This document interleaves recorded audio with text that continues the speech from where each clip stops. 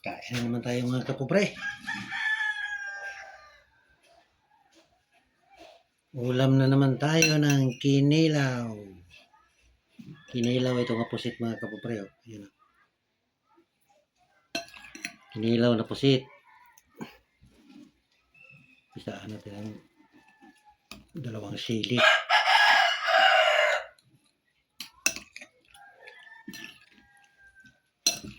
Sariwang sariwa itong pusit.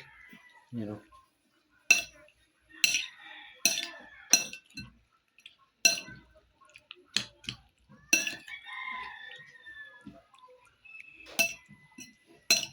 Ang dami ko kasing reject. Mayroon akong malaki na pusit na na-reject. Kinakat ng pugot yung puwet. Na-damage. 3 gramos yun. Mahigit. Harap ng 4 gramos na damage. Kinagat yung puwet niya. Kain na tayo mga kapobre. Kinilaw ang ulam.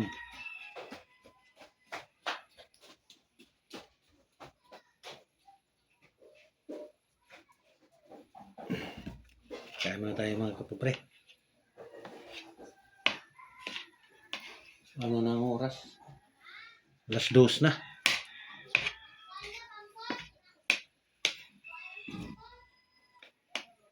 Tatlong kilo lang yung napatimbang ko kanina. Mahigit.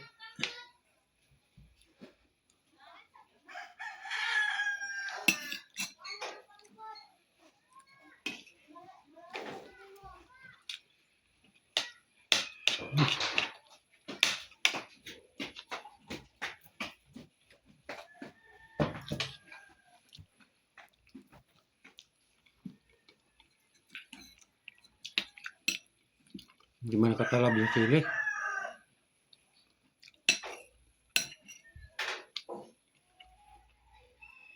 Lalaki ng hiwa ko.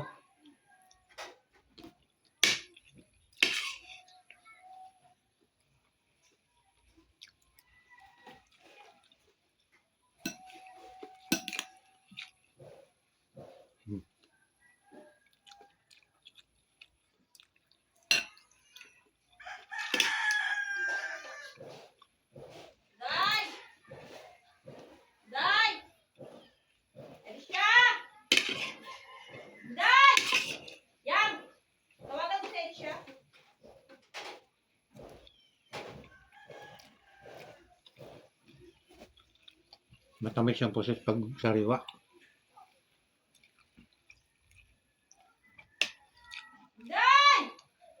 Yung pusit kasi sa syudad, ano na yan? Ilang linggo na yan. Mayroon tag 2 linggo na yung iba dyan. Kaya hindi na masarap.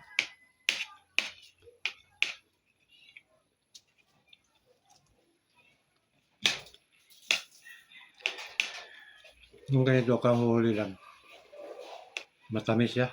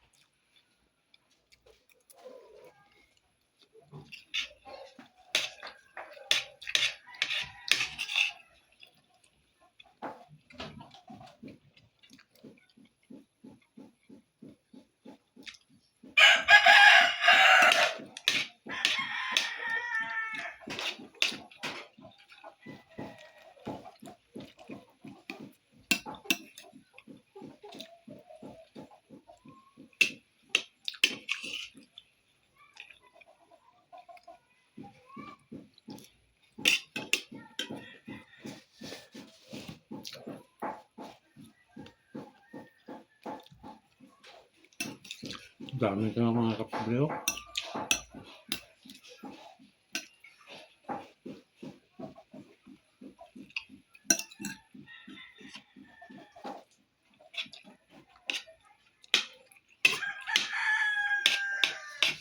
At least maghanda ako ng ganito dito sa bahay.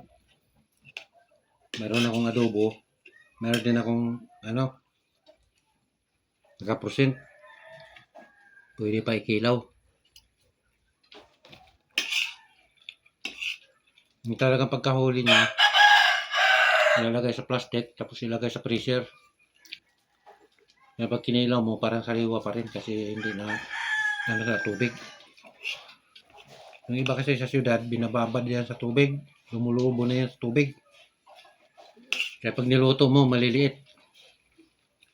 Marami sabaw. Tubig yun. Pero yung pusit dito, kung gaano kalaki yun sa hindi pa naluto, ganun pa rin pagkaluto. Saka walang tubig. Sa syudad, pag niluto mo yun, mag-adobo ka,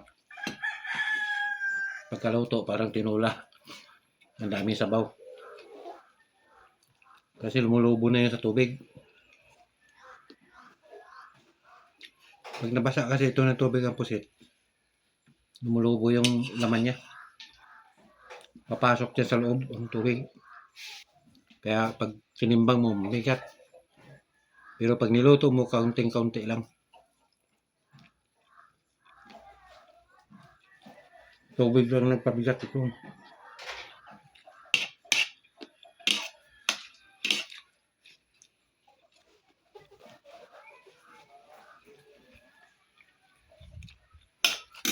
Hanggang dito lang mga friends. Thank you for watching.